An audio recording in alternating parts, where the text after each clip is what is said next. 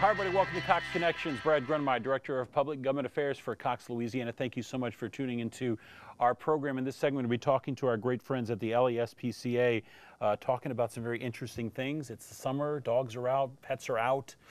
Not a good thing. We need to take care of them, make sure they're cool, make sure they're safe, keep their health, since they're yours and your responsibility. They need your attention and focus this time of year, particularly in this hot months of the summer. Katherine LeBlanc here is here with us, the Communications Director for the Louisiana SPCA, as well as Mr. Greg Lewis, who's an ACO officer, which we'll explain what ACO is just a little bit. Katherine, thanks for coming by. Thank you so much for having us. Well, we were talking, this is the critical time of the year, I would say, for pets, because it is the hot season down here in subtropical Louisiana. That's right. You know, weather has such a big impact on our pets, and we really need to keep our pets in mind whenever the weather changes. That includes winter, summer, hurricanes. We really need to make sure that our pets' needs are being met. Some of the things that you can do throughout the hot summer is to keep your pet inside, of course. That's first and foremost. But you can also have a wading pool outside if they are going to be outside for them to jump in, or put some ice cubes in their water. The one thing that we are having some issues with this year is tethering. Tethering has become a prominent problem. Until you told me tethering. Yes.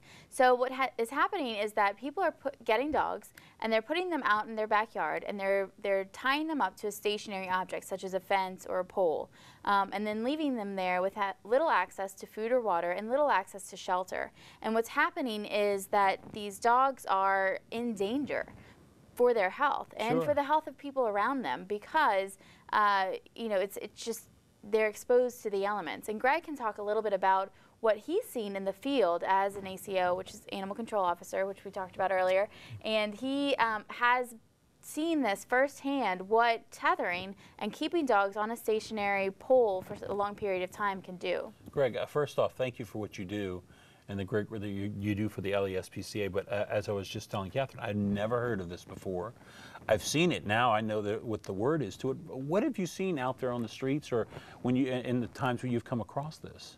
I've seen some have their animals on, we call it load chains. It's a heavy duty chain. Oh, right. We don't want that. Right, no. The load chain, too heavy for the animals. It's just too much for them. Yeah. Rather to have them on a tether, a little metal cable, you can easily run around the yard, access. If you don't want that, put your animal on a cable runner. You can have your cable runner. You can have access to his food and water, dog houses, accessories. Right. Because it is inhumane to go ahead and, you know, just tie them up to a pole, give them 20 feet and think you're doing them justice, because it's not. Because sometimes these poles, as you said, might be in the middle of because of the kids might have played with, have their own tether pole possibly or something. Attach them to it, and there's no sun, there's no shelter, there's no shade. Who wants to lay down in the middle of the heat? Exactly. It's important to remember that our ordinances in New Orleans do protect these animals, but we can't get to all of the animals that are being exposed to this type of cruelty. We are encouraging people to educate their community and educate their neighbors on what tethering is and what you can do to stop it. One of the concerns that we have is that when dogs are tethered for such a long period of time, you take away their fight or flight option, and so they only know to fight and they become aggressive. And when we get them, we cannot adopt them out because they are so aggressive. So we want to make sure that the quality of life of all animals in our city is improved and is the quality of life that we'd see with our own pets. We've started a campaign called Unchain Your Heart, and what we've done is we created a website that informs our community about what tethering is, the dangers of tethering, and the alternatives to tethering. And you can log on to la-spca.org/unchainyourheart and download a flyer that'll tell you why tethering is dangerous, and it'll tell you some alternatives to tethering, such as fencing, the long runs that Greg was talking about, access to food and water, access to shelter. In addition, we're holding Chains for Chips events throughout the city throughout August, and we're encouraging all pet owners who do use a tether or a chain to turn in their chain for a free microchip, which of course is a great way to encourage responsible pet ownership throughout our city. You know, when you think about, you know, obviously what's taking place, you know, if you're going to, again, we talk about this all the time, Katherine, responsibility. If you're going to be the owner of a pet, particularly a dog, you know, you need to make sure that he has a safe environment in a backyard. That's right. Fencing. You need to make sure, I mean, I guess a lot of people who tether, or because they're afraid that maybe there's inadequacies in their fencing. That's right. That they feel that they're going to jump and get out. Well, then that's not being responsible enough to take care of that dog. You need to, what would you be able, for obviously for a price, obviously to build out the fence, but to make sure you're giving that dog much more freedom and not restricting them. They have runs available that are pretty mobile and pretty do-it-yourself. If you don't want to build a fence, if you're a renter, for example. Fair.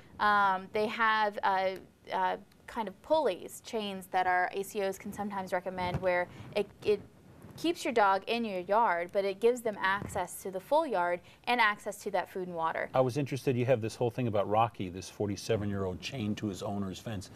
What was your experience with something like that, Greg? That particular dog with a 47-pound chain, that's too much a chain for a human to walk around with. Absolutely. That was completely humane, cruel. A chain that and that people admit to doing it. That's Yeah, you know, that's the problem that we're running into. So we know that it's a problem. We have ordinances in place that address this problem, but we know we're not getting to every pet owner that is subjecting their pet to this type of cruelty. We know that as the Louisiana SPCA, as animal control, we're not going to be able to get to every single pet. So we want to empower and encourage our community to get educated and to educate our neighbors. Well, the nice part about it that you have in these neighborhood outreach events coming up. That's right. If you're interested, we can give you some information on how you get in touch with the LASPCA. Again, their email address, if they want to actually shoot you an email, Katherine, they can do so? Absolutely. And that's at LeBlanc? They can email me at LeBlanc@la-spca.org, or they can email info@la-spca.org. And we just have the website up as well at laspca.org. We have it up right now. But everything you need to know, as you were saying earlier about the Unchain Your Heart, how to download that informational flyer, as well as you got some great events coming up throughout the month of August. We do. Tell me a little bit about that. Well, the Chains for Chips event is encouraging owners to turn in their chains, and it's also encouraging owners to get a microchip for their for their pets. So even if you don't have a chain or a tether to turn in, please come by. We are offering microchips for the low cost of $10 per microchip.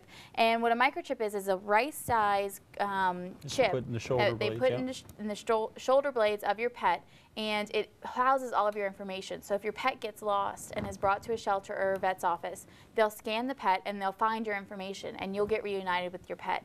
It's so important, especially during the August hurricane season, while we get ready to prepare for evacuation should the time come, to get your pet's microchip, to make sure to take this important step in responsible pet ownership. And what I like about it too, $10 for a free microchip. It's just the size of a grain. That's the dog doesn't even feel it. Nope. And all pets in shelters know the first thing they're going to do is get the scan out. That's right. And find that chip. It's going to put up a number.